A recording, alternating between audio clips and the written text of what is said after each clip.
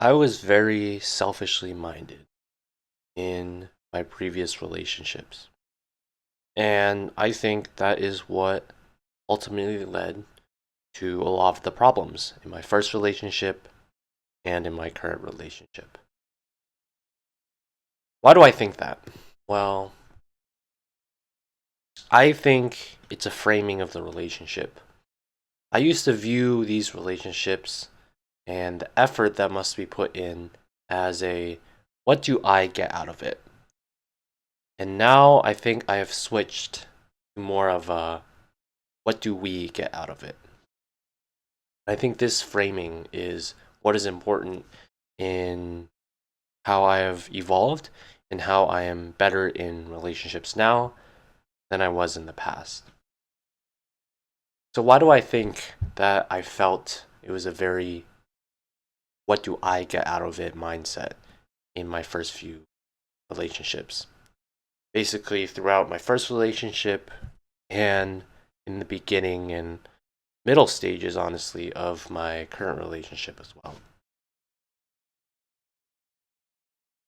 I believe I viewed these relationships in a very selfish manner for a number of reasons. One of them was for my first relationship, I believe that investing in change is not worth it because I always felt there was going to be a cap or an end in sight. And if you did basically the internal math then of the cost, the pros and cons of investing in change and perhaps getting a better relationship in terms of making the other person more happy, but then the stuff that you would lose in terms of aspects of yourself that you would change to places where you wouldn't necessarily be happier to change, like things and habits that you usually do and that you enjoy to do, but your partner doesn't like to do, but you're changing yourself to make your partner more happy. And it's a balancing act and it's an internal calculation where you're like, is it worth to change if this relationship isn't going to last? And that was, I think, one of the main reasons why I really was a selfish minded person in my first relationship in terms of not thinking about, not putting in the effort to actually change how I acted in the relationship if it actually required meaningful sacrifice on my part. So, my first relationship, it was in high school. And it started basically the start of my junior year in high school. So, realistically speaking, since it was very likely that me and my girlfriend at the time were probably not going to go to the same college, it seemed like the lifetime of the relationship would be 2 years. Now, we never discussed this when we started it because this isn't usually something that you discuss or even think about when, for both of us, it was our first relationship. We were just more entranced and really interested in just the relationship aspect and enjoying each other's company and everything, all the good stuff that came from it. And we didn't really think long term, right? Because we're young and we didn't really want to think about that since 2 years away still felt like a lifetime. At this point, 2 years is still a large proportion of your life. So thinking about something that is 2 years away is daunting and very forward thinking and just something that we probably never did because I want to think about it and it didn't seem important at that time. Later on in the relationship, we did start having discussions about what is going to happen afterwards. And I remember when we had this discussions, it was probably around a year in or like 8, 10 months in. And really, what I said was more of just, you know, what did I say? I think my response when she asked this kind of question is, we'll see. Right? I didn't give any kind of definitive response because I didn't know even then When she asked this, it must have been either the end of junior year or the beginning of senior year in high school. There's still a whole year away, a whole school year away, and I still didn't quite know what exactly I wanted, right? What was important to me? Was this relationship, was I just loving this relationship or enjoying all the parts because it was my first relationship and the first experience I've ever had with this? Was it really a healthy thing and something that I really wanted to continue later on, post college? Because continuing on after high school, if both people do not go to the same high school, it requires much more effort than what was already in play when we were in high school. It's much easier to maintain a relationship in high school because you're always seeing each other. You go to the same place, you very likely live very close to each other because you guys are going to the same place of education, and you'll have a lot more time as well to just hang out, have time, and enjoy each other's company. If you're very long distance and going to different colleges, there's inevitably going to be much less time to be able to spend with each other in person. And that is, I think, the main draw of having a relationship is that in-person time and being able to have someone who's a very pretty much your best friend that you love to spend time with and enjoy their company. And now it's going to be relegated to an online environment instead, which is just not as appealing. So the investment to actually try and maintain a high school relationship that has always been in person now is transitioning to online. It's a significant investment, and you have to think, am I willing to do this? Is this relationship good enough that I will put in all this extra effort to maintain the relationship long distance when it's going to be so much more difficult to maintain, so much more effort has to be put in, and the amount of happiness that you get out is either going to be the same or perhaps less, even because you aren't going to be able to see each other as much. Is it worth it? And for me, with this being my first relationship, and me being, I think, a selfishly mindedly person, which I'll explain why I think I was that way. But with those factors in mind, I don't think I felt it was important enough to actually invest in long term changes if I probably wasn't going to invest in those long term changes to continue after high school. So implicitly, even though I never really said it, I don't think I really even consciously thought it, but it was in the back of my mind. I was like, there is probably going to be a timer, a lifespan for this first relationship in high school, and it's probably going to end before we go to college. And if this kind of feeling, thought, is unconsciously in the back of your mind whenever you're thinking about things related with a relationship, then it's going to influence the actions that you take for the relationship. And that is certainly what happened, where I felt like things that could have improved the relationship, I didn't feel like doing because I just unconsciously thought, this is going to end. Why should I change for something that is not going to matter in a few months? Why should I sacrifice my own enjoyment or my own habits that I am comfortable with to go into a more uncomfortable state for somebody that I will not continue with in a few months from now? And this kind of thinking, it's a very pragmatic and logical way of thinking, but it's motivated by this idea. And the idea, the main underlying idea, is the selfish idea that my comfortableness is more important than the comfortableness of the relationship and the other person. So I think when I was in high school, there were certain times when my partner would bring up things that she perhaps wanted me to change. And I think a default response for me at that time was, yeah, I'll change. And perhaps when I said that, I really did mean and think that I would change. And then I would try and continue it for a couple days, a week, maybe a few weeks. And then I would slip back into old habits, perhaps even unconsciously, right? And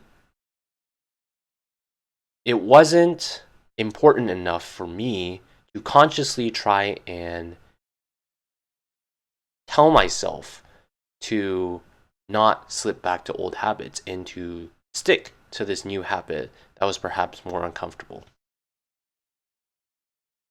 Since I didn't put in that effort, my mental, my mind, my just body wants to resort to a more comfortable state, to a place that is less stressing. And of course, that's going to mean reverting to older habits that make me more comfortable and more happy than whatever new things I might have tried to make the relationship and my partner happy.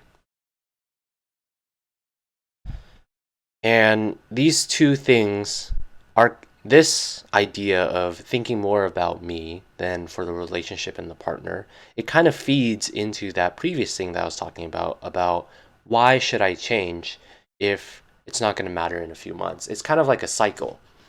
You think, I don't want to change because I don't want to be uncomfortable. And my reasoning for that is there's not even going to be a reason for me to change because in a few months this isn't going to matter. So why should I change? And then because in a few months it's not going to matter, that then feeds into the first thing, which is like, okay, then why should I be uncomfortable? I should just resort to being more comfortable. And it's kind of cyclical in that nature where the two factors feed off each other and support each other.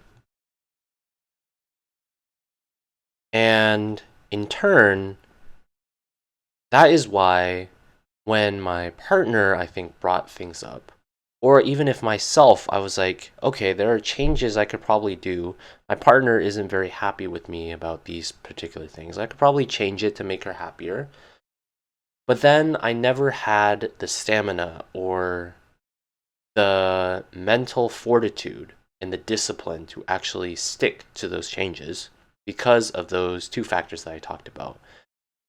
The idea that I wanted to be more comfortable with myself than for what is good for the relationship and the partner, and the fact that unconsciously, or perhaps consciously, I was aware that this wasn't going to matter in the long term. So making these changes wouldn't really make sense as I would be doing investments for no long term, and really perhaps it would be a short term game, but definitely no long term game, and in fact, maybe a long term loss. So, how do you escape this? I think how I have managed to shift my perspective from not thinking about me, but to thinking about us, thinking about we. The main thing to make it easier for myself to do this change is, I think the main thing that needs to be addressed is you have to think about these changes as, first of all, an investment for the long term, but the long term has to exist. And I think the main thing that's happened is this kind of behavior that I was talking about that persisted in my first relationship was in my second relationship too for a while, because I wasn't thinking about what was the long term. Did I really want to stick with her throughout and after college? And if I didn't, then this kind of cycle would just repeat it that happened in the first one, where I'd be she'd bring things up, and then I wouldn't be very motivated to actually invest in changing because there wouldn't be a long term gain because we would just not be together after college, right? So part of it involved establishing a long term goal. And that was telling myself, okay, I want to be with her after college. I think it's worth it. I think this is a great companion, a beautiful person, an amazing person that I want to spend the rest of my life with. So that means I have to now start thinking about investing for the long term. And that means changing my behaviors so that it will make the relationship and her happy. And those are now at a higher priority than they were before when I wasn't thinking about the long term. And with how I'm describing it now, it seems very kind of sociopathic, very detached, right? I'm just thinking about things very selfishly, about how does it affect me long term, but it's like very devoid of even considering how it affects other people, right? And that's why I think just even thinking about the long term, that's not enough to actually change your perspective from a selfish one of how does it affect me into how to affect us. I think the part that is important in that is instead of focusing on these changes where you're trying to make it better for the relationship, right? Instead of focusing on the negative parts, which is like, oh, okay, I'm going to have to give up something that I'm comfortable with now, and it's going to be uncomfortable in the near future. Instead of focusing on that short term loss, right? It's important to be long term minded, both in analyzing the effects, the positive effects, but also the negative effects. So, analyzing the positive effects was what I was talking about thinking, oh, in the long term, this is going to be good for our relationship, which is why I'm going to be doing this. But I think it's also important to think about the long term, the long term positive effects in terms of reframing the short term negative effects. So, what that means is you might think, oh, this is going to be awful as a habit because I was comfortable for this new habit that I have to do, this new change in my demeanor, in my lifestyle, in how I communicate. I was comfortable with whatever I had before, and now I have to do something that I don't necessarily want just in favor of just to make somebody else happy, right? If you think about it like that, it's a very negative short-term view because you're like, okay, I want to do something else, but I'm only doing this because of somebody else and only for somebody else, right? And this kind of builds resentment because it feels like it's you against them. It feels like it's things that you want to do is on one side and things that they want is on the other. So it's a constant battle between you and them. And I think it's important. This leads to this reluctance and this negative idea of actually trying to change, right? Because it's always a you versus them fight. And no matter how much you love someone, it's always going to be difficult in a you versus them to override you unless you have very strong will, right? And I don't know if I have that yet. So the thing that I think was important in making me less reluctant to do these and actually view these and reframe basically the short-term losses, negative effects as long-term benefits instead is to reframe it so that it focuses also on instead of a you versus them, it's now a we, which is the whole point, right? Instead of it being, oh, this is what I want to do, and this is what they want me to do, and it's against odds. Instead, you think of it as, okay, this is what they want me to do, and this is what I want me to do as well, because it's going to make them happier, right? And that's the whole point of the relationship. At a certain point in the relationship, it's less of this person makes me happy. And that's the whole point of staying in the relationship. I think once you stay in a relationship long enough and you develop these strong connections with this person and you really start to develop love.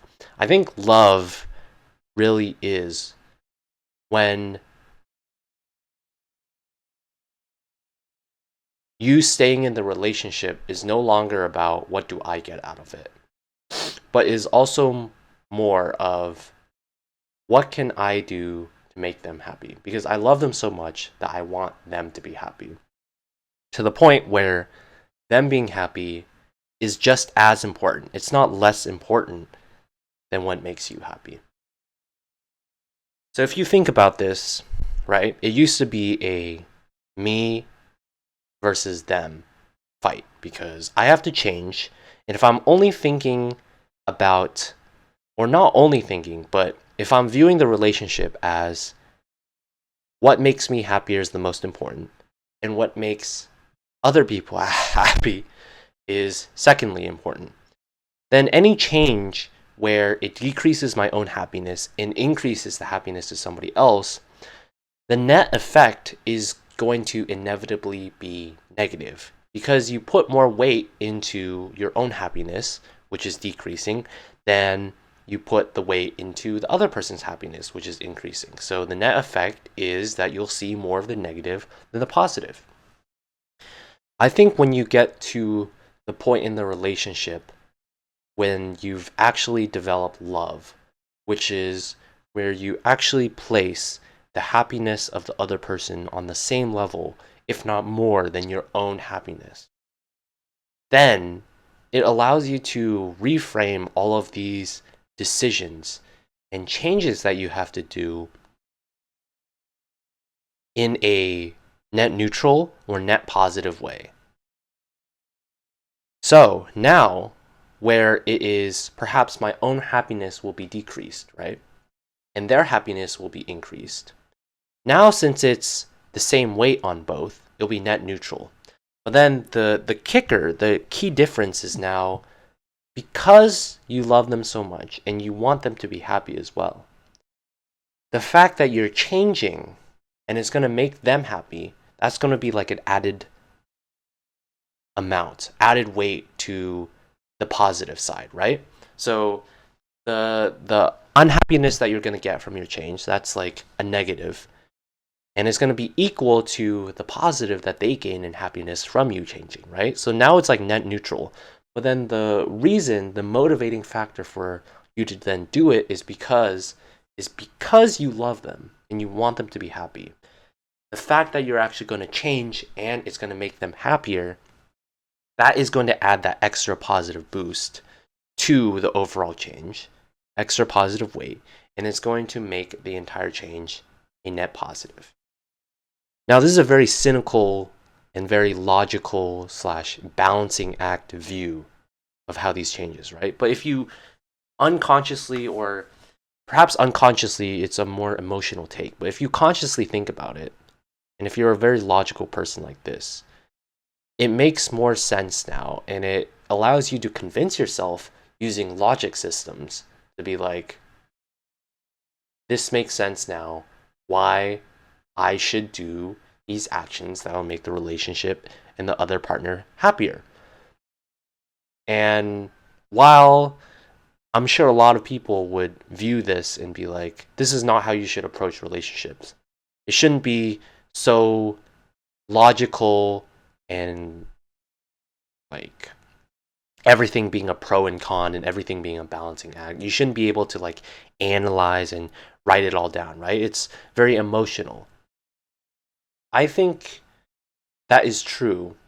And at the end of the day, it shouldn't be the reason why you have to like justify doing things is through logic systems instead of just your own inner emotional desire to make somebody else happy, right? But I think this is a good way for logically minded people to really convince themselves, because sometimes it's hard to convince yourself, right? The emotional aspect of a relationship where you're like, I want them to be happy, I want us to be happy, is sometimes in contrast to the logical part where you're like, I should be thinking about myself first, and things where it's only making me unhappy, why is this logically a sound thing to do? And if you can, those two, the logical and the emotional, often contradict each other. So if you can provide a logical explanation, a whole reasoning, which I did here, for explaining why changes are now all basically net positives for yourself and for the relationship and for everybody in total, making it all win-wins. Now your emotional and logical views of the relationship are in sync. And it just gives you more confidence and less reluctance to actually do these things. And in turn, it just makes everybody happier. So, this is not the only way you should be looking at relationships, right? There should always be thoughts, and it shouldn't just be a pro con chart. And the relationship shouldn't be completely focused on moving around these pros and cons and having it be a balancing act to convince yourself to actually do stuff for the relationship, right? The whole point as us as humans is we're not just machines, and the emotional aspect is important. I found that for myself, as somebody who often thinks very logically and in facts and in cause and effect, where it's like fact A logically leads to fact B, and fact B logically leads to fact C, and this is how I base my decisions. Oftentimes that was in contrast or in conflict with the emotional side of a relationship, which meant that I really just was not as motivated or was more reluctant to actually do changes for my relationship. And reframing it logically into this net positive way of thinking, no matter how like sociopathic or however detached you want to think it is, it allowed me to reconcile those two parts of how I view a relationship, the emotional and the logical approaches. And in turn, it allowed me to, I think, shift more from the me, the I perspective. How does it affect me? Into the how does it affect us? And how does it affect them, the partner? And having that perspective, having the effects on the us and the we be more important than the I and the me. I think that is just something that is important in any relationship long term, to be able to get over that hump, because only when you have shifted your mindset, I think that is when you've actually found love, when the us and the we becomes more important than the I and the me.